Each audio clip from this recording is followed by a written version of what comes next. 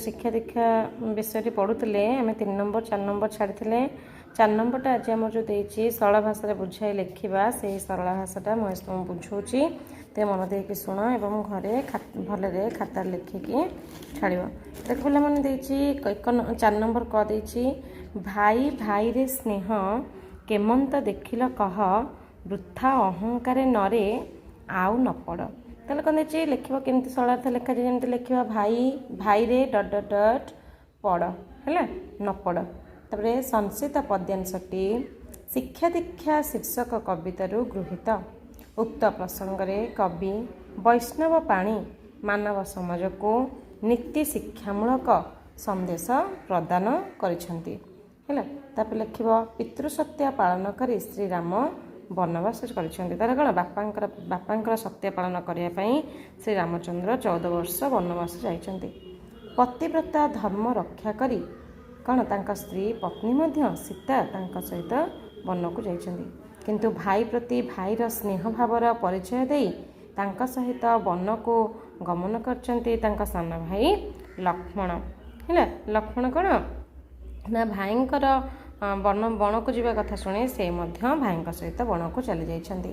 रामों वनवास गमन समय भरत रही केउठी मातुलालय माने मामू घर रही जो से मामू घर आसी देखी रामचंद्र वनवास जाइछंती से कौन करछंती से बनरू कौन बनरू श्री रामचंद्र को फेरई आने जाइछंती बड़ भाई श्री राम को वन को फेरई आने जाइछंती राम पितृसत्य पालन करिथिबारु सान भाईर कौन कौन सान भाईर अनुरोध को कौन कर पारले नहीं रक्षा कर पारले नहीं किंतु तांका भितर जो अतुट स्नेह थिला भरतंकर स्नेह एते स्नेह थिला जे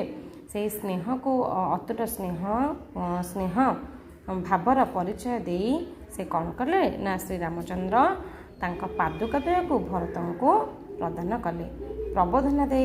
बुझाइले और बुझाइके अयोध्या को फेरी जावाको कहले एथुर कौन लक्ष्मणकर राम प्रति भल पाइबा भरतंकर राम प्रति भल पाइबा विषय आम ये जानुचे भरतंकर जो रामचंद्र प्रति एते स्नेह एते भल पाइबा थिला जे से कौन करथिले ना 14 वर्ष से पादुका द्वय को आनिके सिंहासन में स्थापन करथिले एवं निजे रामचंद्र परी कौन वस्त्र धारण करुथिले आउ से मध्य फलमूल खाउथिले एहीपरि भाबरे कौन एहीपरि भाबरे भाई भाईर कौन स्नेह एथुरु जना पड़ी थाए हैला एही प्रसंगटी तले कौन लिखिबो ना ही प्रसंगटी कौन अटे नीति शिक्षामूलक अटे आम एथुरु नीति शिक्षा पाइछु हैला एहीपरि भाबरे क सरलार्थटी लिखिबो तारे ख नंबर सरलार्थ देछि पीड़ना मन को केभे जड़ी माया मोह लोभे सबु सुख मिले चित्त करिले दृढ़ ताले कौन लिखा पीड़ना डट डट डट करिले दृढ़ संस्कृत पद्यांशटी शिक्षा दीक्षा शीर्षक कवितारू आनीत उक्त प्रसंग में गणकवि वैष्णव पाणी मानव समाज को किपरि चित्त को दृढ़ करने को हेब से विषय कौन देछंती ना प्रेरणा प्रदान करिसेंती ए संसार बड़ विचित्र एठारे मनीष को दुख सुख भोग करने को पड़ी थाए देवता हेले मध्य तांको बाधा विघ्नर सम्मुखीन होबाक पड़ी थाए श्री रामचंद्र थिले मध्य देवता साक्षात देवता किंतु से मध्य जेतेबेले संसार जन्म धारण करिसेंती देह धारण करिकी तांको मध्य सुख दुखर सम्मुखीन होबाक पड़ीथिला जेते समाधान सावधान हेले सुधा तहिरु कौन मिले ना रक्षा मिल न थाए कौथुरु ना संसार सुख दुखरु तापे तेणु केही हेले माया मोह जड़ित होई निज मन को पीड़ा देवा उचित नुहे आम कौन करा पड़ो चित्त बा मन को दृढ़ करने को पड़ो ए संसार में आम देह धारिक जन्म ग्रहण करे माने यही संसार सुख दुख को कौन करने को पड़ो सहीकि आग को आमको बढ़ा पड़ो आउ चित्त को जदि आम दृढ़ करवा बा मन को जदि आम दृढ़ करवा ताले निश्चय आमे सबु सुख पाइपर यदि चित्त दृढ़ न से दुख ही पाइब तेणु आमको सब चित्त बा मन को दृढ़ करने को पड़ो ताले एठारे ये प्रसंगटी होउछि यथार्थ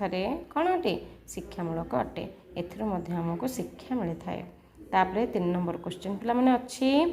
शिक्षा दीक्षा कवितार तुम सब कौन शिक्षा लाभ कल सेटा पर लंग क्वेश्चन भाया तुम कवि परिचय देकी पूरा भल भाव लिखब तापरे रामायण वर्णना अनुसार पिता पुत्र संपर्क भाई भाईर संपर्क पिता पुत्र संपर्क माने रामचंद्र आउ दशरथ संपर्क विषय लिखब किपर पितृ सत्य पालन करी रामचंद्र वनवास गले ये डिस्क्राइब करके लिखब तारे भाई भाईर संपर्क विषय आलोचना कर भाई भाईर संपर्क कहले रामचंद्र लक्ष्मण भितर थिबा संपर्क भरत और रामचंद्र विषय थिबा संपर्क विषय तुम कौन कर डिस्क्राइब करके लिखब यही भाव में लंग क्वेश्चन आ 4 नंबर 3 नंबर और 4 नंबर कर पे धन्यवाद वंदे मातरम। पिला माने आज पाठ एतिक थाओ अन्य अवशिष्टांश आ गोटे वीडियो पढ़ाब जदि तुमको ये वीडियो भल लगे तेज लाइक करिवो शेयर करिवो आ जदि सब्सक्राइब करना तेज सब्सक्राइब करियो चला ध्यान करिया।